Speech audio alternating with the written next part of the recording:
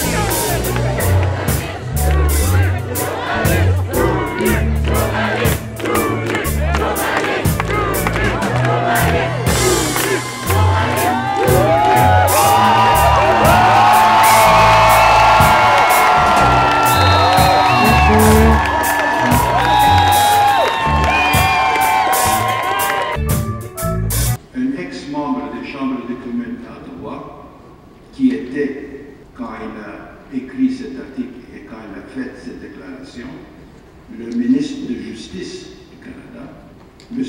Martin Cochon, qui a dit, et je le cite, "There is no obligation in Canada to identify oneself, to carry identity papers, or refrain from anonymity while in a public place, whether alone or while attending a public event. Such an obligation may exist in totalitarian countries, which Canada is not." Unquote.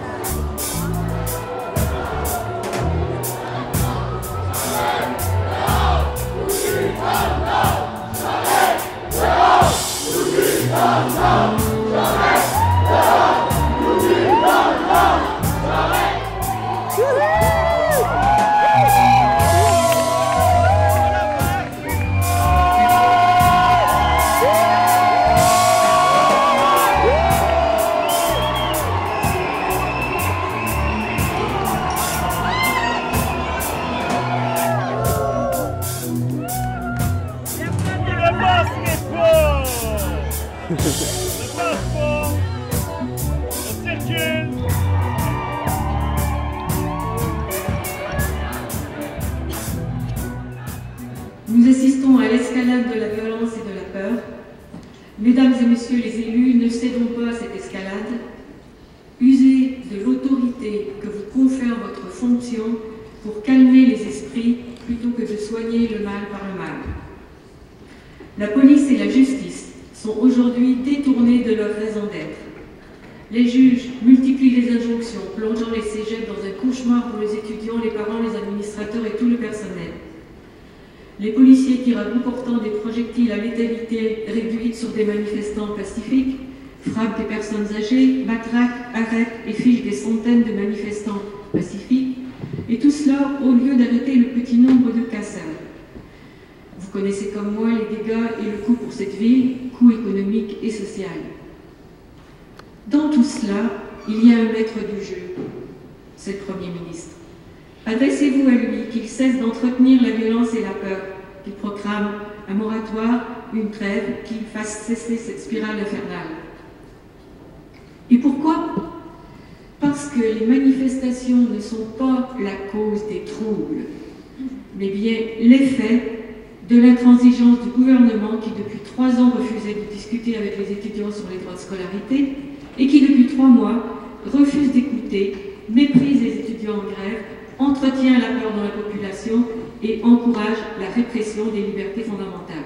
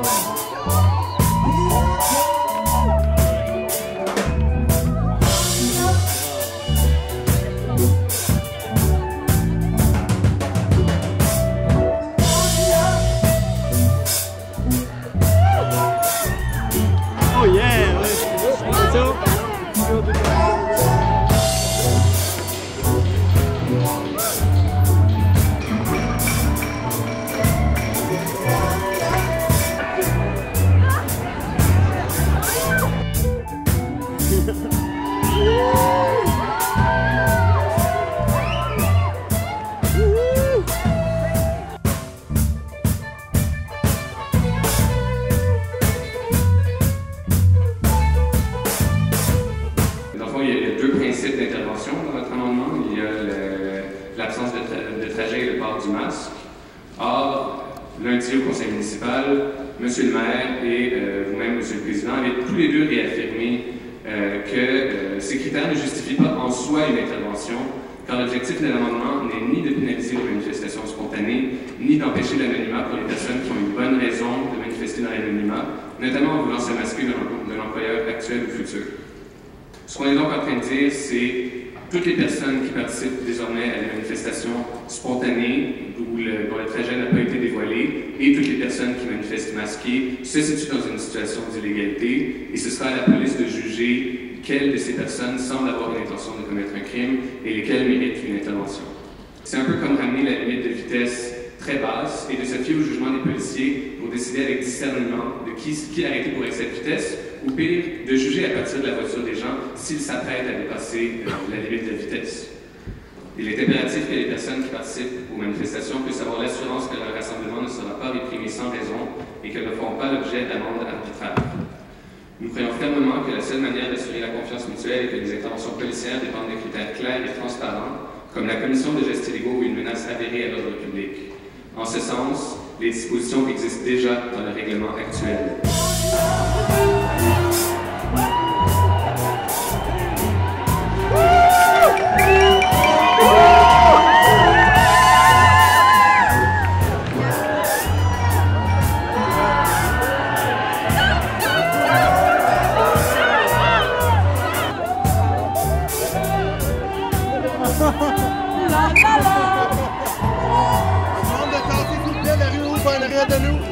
On ouvre la rue, s'il vous plaît.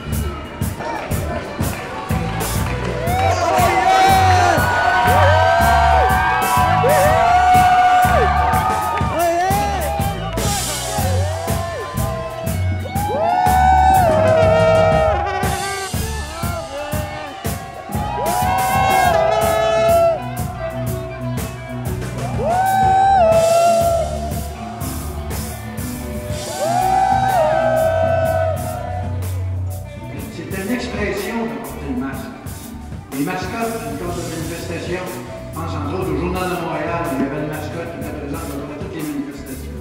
Les foulards, des fois pour se protéger du froid, mais je vous dirais que dans les dernières semaines, ils participaient à beaucoup de manifestations avec les étudiants, puis le foulard était surtout là pour se protéger des gaz qui étaient envoyés par des policiers, des fois de façon un peu exagérée, pour avoir participé à la manifestation devant le palais des congrès, pour vous dire que nous étions là pacifiquement, qu'on n'avait même pas eu le temps de sortir notre pompe, qu'on se faisait brûler, qu'on se faisait poivrer puis gazer. Donc, la majorité des jeunes que j'ai eu avec des foulards, ils ne brisaient pas rien. Ils étaient tout simplement là en manifestant. Et je pense aussi qu'il y avait un message derrière ce foulard, c'est de dénoncer la brutalité policière. Quel message on va laisser aux jeunes? Moi, je pense que c'est beaucoup plus un message de provocation. On va laisser aux jeunes dans les prochaines semaines. On risque, plutôt que de vouloir régler le problème, on va l'amplifier. Et en ce sens, moi, je vous invite à retirer ce projet de règlement. Non, je sais pas que je suis avec vous autres. J'ai déjà été étudiant, moi aussi. Excellent. Merci. On a besoin de tout le monde. J'ai pas écouté les nouvelles. Ils ont-tu passé à la loi spéciale? Ça a l'air qu'ils vont en passer. Je pense qu'il ne sait pas encore. C'est vraiment cherché à bataille. Il va y avoir des jeunes qui se tiennent debout, là. Ben oui. Qu'est-ce qu'ils attendent, là, pour faire un? C'est très voyant. Bravo. OK. Salut.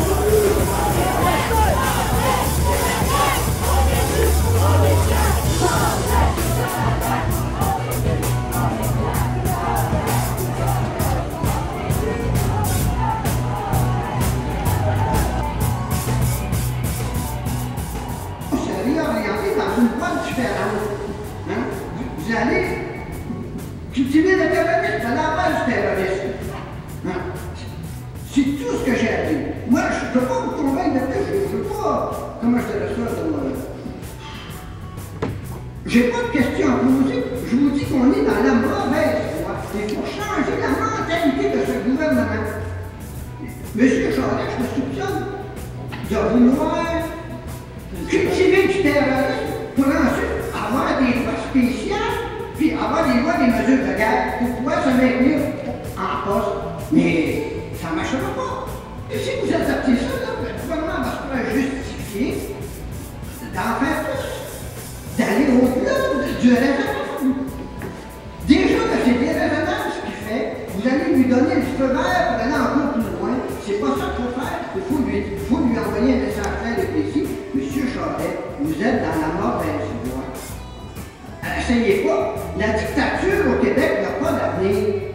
Puis quel que soit ce que vous voulez faire, hein, quels que soient les règlements, si les gens décident d'aller au-delà des règlements, vous allez avoir les troisièmes SNQ. Puis ça sera plus minable. La journée que les étudiants vont mettre le feu aux universités, qu'est-ce que vous allez faire?